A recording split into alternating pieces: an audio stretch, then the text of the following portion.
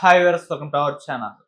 ప్రవీణ్ పగడాల మృతి పైన ఎన్నో రకాల అనుమానాలు వ్యక్తం చేస్తున్నారు. క్రిస్టియన్ సంఘాలు అండ్ పాస్టర్స్ అందరూ కూడా ఆందోళన కూడా వ్యక్తం చేస్తున్నారు. ఇది యాక్సిడెంట్ కాదు, హత్య అంటూ చెప్పేసి కొన్ని రోజుల నుంచి కూడా వాళ్ళు ఆందోళన చేయడం చూస్తున్నాం. అయితే ఈ ప్రవీణ్ పాస్టర్ మృతికి సంబంధించి ఐజీ ఇప్పుడు ప్రెస్ మీట్ పెట్టారు. మరి ఏం చెప్తున్నారు ఆయన? ఇది యాక్సిడెంటా లేదా హత్యకు సంబంధించి ఏమైనా డీటెయిల్స్ ఇచ్చారా లేదా? మరి ఆయన ప్రెస్ మీట్ ఏ విధంగా చూడొచ్చు అన్న దానిపై డిస్కస్ చేయడానికి ప్రజెంట్ మనతో పాటు టీడీపీ స్పోక్స్ పర్సన్ సూర్యదేవ లత గారు ఉన్నారు. వారిని అడిగి దీనికి సంబంధించిన ఇన్ఫర్మేషన్ అయితే తెలుసుకునే ప్రయత్నం చేద్దాం. నమస్కారం మేడం.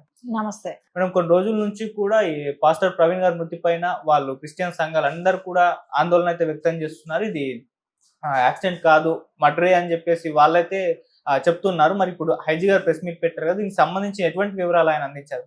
అంటే ఇప్పుడు ఐజీ గారు చెప్పిన విషయాల్లో కొన్ని మనం ఆలోచిస్తే ఇది ఏదో ఒక ఆయన చెప్పిన విషయాలు ఫస్ట్ మనం డిస్కస్ చేసుకుందాం. అంటే ఆయన చెప్పింది ఒకటి, రిజిస్ట్రేషన్ చేసుకోవటానికి వెళ్తున్నాడు, అందుకో అది ఒక కారణం చెప్పటం, ఇంకోటి కాలుకి గాయమైంది అని చెప్పటం. ఇట్లాంటివన్నీ చూస్తుంటే కాలుకి గాయమైంది అంటే కాలిన గుర్తు అని, తల మీద దెబ్బ తగిలింది అని.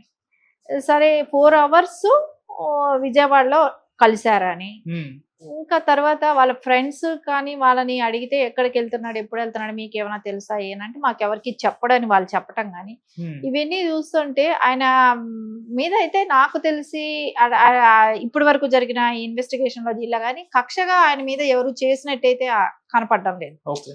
అంటే ఇప్పుడు బండి పడిపోయింది అనుకోండి, సైలెన్సర్ కాలుతుంది, 2-wheeler ఎంత ఒక కిలోమీటర్ జర్నీకి అది వేడెక్కిపోతుంది బాగా.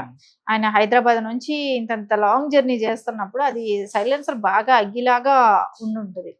సరే, అది కాలు ఉంటుంది. ఒకటి ఎగిరి పడినా కానివ్వండి, బండి ఆయన మీద పడినా కానివ్వండి, ఇంకా దాన్ని లేపడానికో అది ట్రై చేసే ఉండొచ్చు. మేబీ అది చీకట మూలాన కనపడకుండా కూడా పోయి ఉండొచ్చేమో, మేబీ అలాంటివి కూడా అయి ఉండొచ్చు. అంటే ప్రతిసారి ఒక కోణంలో చంపారు అన్నప్పుడు చంపారన్న దానికి ఎవిడెన్స్ ఎక్కడ దొరకలేదు. ఇప్పటి వరకు ఎవరో హత్య చేసి ఉండొచ్చు అని అన్నదానికి సో ఎలాంటి ఇది దొరకల. ఇప్పుడు సీసీ ఫుటేజ్ అన్ని చెక్ చేశారు, ఆయన కాదని అంటున్నారు. సరే, ఆయన అయినప్పుడు ఇప్పుడు పోలీస్ డిపార్ట్మెంట్ ఒకటే చెప్తున్నారు, వాళ్ళు మీకు ఏదైనా డౌట్స్ ఉంటే మా దగ్గర వచ్చి రండి, మీరు బయట కన్నా కూడా మా దగ్గరకు రండి, మేము చెప్తాం, సమాధానం చెప్తాం అన్నప్పుడు అక్కడికి వెళ్ళాల్సింది. ఎందుకంటే వాళ్ళు క్లియర్గా ఉన్నారు, మేము మీకు క్లారిటీ ఇస్తాం, మీరు రండి అని అంటున్నారు. అది కాదని చెప్పి మీడియాలోనూ యూట్యూబ్ ఛానల్స్లోనూ చెప్పడం మూలన ప్రయోజనం లేదు కదా. సో నేరుగా వెళ్ళిపోయి వాళ్ళు పోలీస్ దగ్గరే, ఇప్పుడు ఎవరైతే వాళ్ళ సిస్టర్ ఎవరైనా అంటున్నారో, పాస్టర్స్ వాళ్ళు అంటున్నారో, వాళ్ళు వెళ్ళి అడగాల్సింది ఉంటుంది. వెళ్ళి ఇదిగోండి ఈ టైంలో మీరు చూపెట్టిన ఈ ఫోటో మాది కాదని, మీరు ఆయనది ప్రవీణ్ గారిది కాదని అంటున్నారు కదా. సరే, ఆయనది కాదని అన్నప్పుడు మాకు ఆ టైమింగ్స్ చూపెట్టండి. సో ఏ టైం నుంచి ఏ టైం వరకు ఆయన పాస్ ఆన్ అయ్యారో మేము చెక్ చేసుకుంటాం అని మీరు వెళ్ళి అడగచ్చు కదా. ఎందుకు మీరు చూపెట్టిందేమో మీది కాదంటానికి ఎలా, ఏ రీజన్తో కాదన్నారో చెప్పండి. బాడీ లాంగ్వేజ్ అని అంటున్నారు. ఆ చీకటి ఇది ఇప్పుడు ఒక బండి నెంబర్ వరకు ఒకవేళ చాలా అతి కష్టం మీరు చూస్తే బండి నెంబర్ వరకు కనిపెట్టగలరేమో, అంతేగాని ఆ బండిలో ఆయన వేసుకున్న బట్టల కాడ నుంచి ఆయన కళ్ళు, ఆయన ముక్కు అవన్నీ అంత చీకట్లో చూపెట్టాలంటే కష్టం. ఓ బండి అయితే కనపడుతుంది కదా, మీ బండి కనపడుతుంది, ఆయన షేప్ కనపడుతుంది, ఆయన అనేది కనపడుతుంది. సో అది కూడా మేము కాదని అని అన్నప్పుడు మీరు ఏ రకంగా అది క్లారిటీ వస్తున్నారు? సో అది కాదంటానికి రీజన్ ఏంటి? సో మీకు తెలుసా అది ఆయన కాదు అని అన్నప్పుడు అక్కడ మీరు ఏమైనా ముందే మీరు ఫుటేజ్ ఏమైనా చెక్ చేసుకొని ఉన్నారా?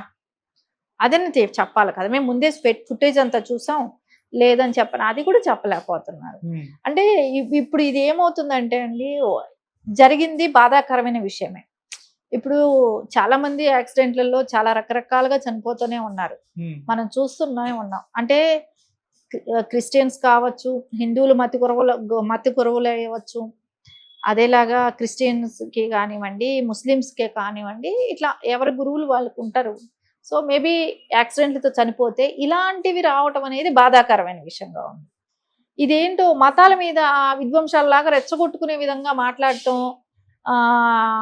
అది మొన్న ఒక వీడియో చూశాను, ఆ రాజా ఉన్నాడుగా సినిమా ఆర్టిస్ట్, అతను సినిమాల్లో చేసినంతసేపు ఆయనకి ఎక్కడ జీసస్ అనేది మాట గుర్తు రాలేదు.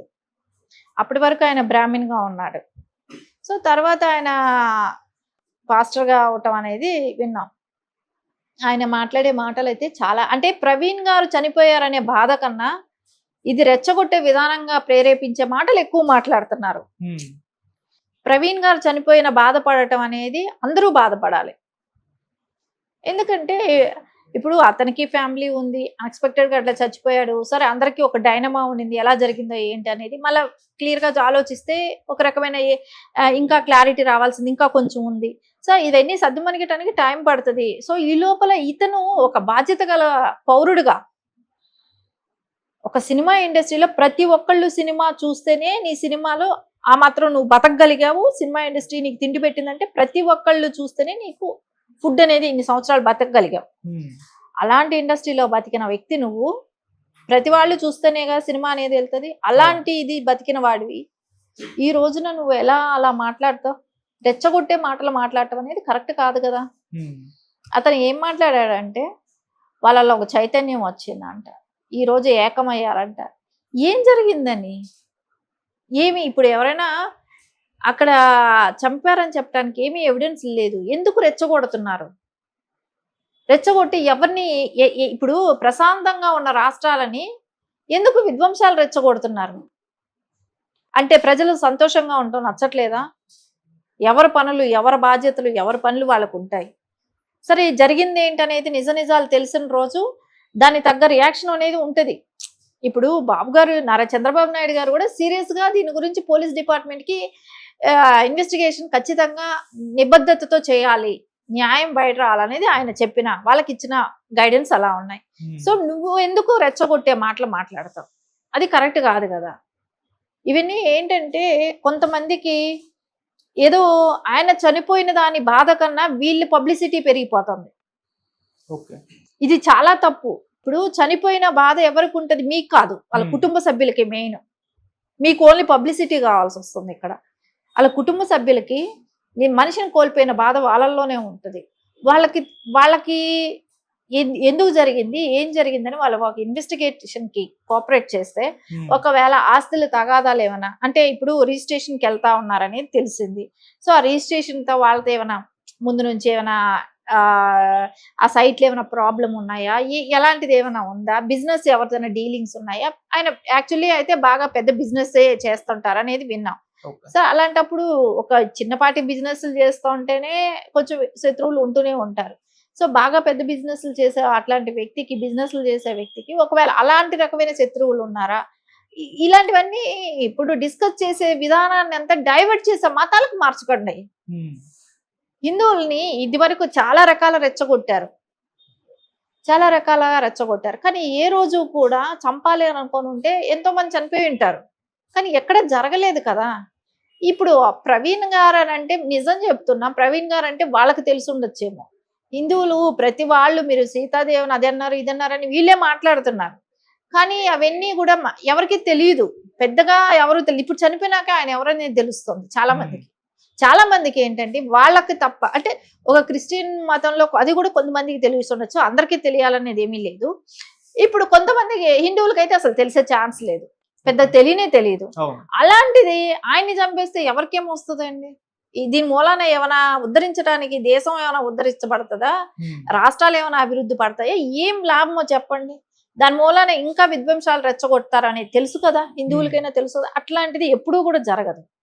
ఇది అంతా కూడా ఇప్పుడు ఒక ముస్లిం వాళ్ళు చేశారా, ఒక హిందూ వాళ్ళు చేశారా అని చెప్పి ఇదంతా కన్ఫ్యూజ్ క్రియేట్ చేయడానికి చేస్తున్న పనే కానివ్వండి. ఇది మధ్యలో కొంతమంది, ఇప్పుడు నేను గతంలో కూడా చెప్పాను ఇదే, ఇప్పుడు ఇవన్నీ వీళ్ళు మాట్లాడేది చూస్తే ఆయన చనిపోయిన ఇప్పుడు నిన్న రాజ్య లాంటిదంటే నేను విన్నాను కాబట్టి చెప్తున్నా.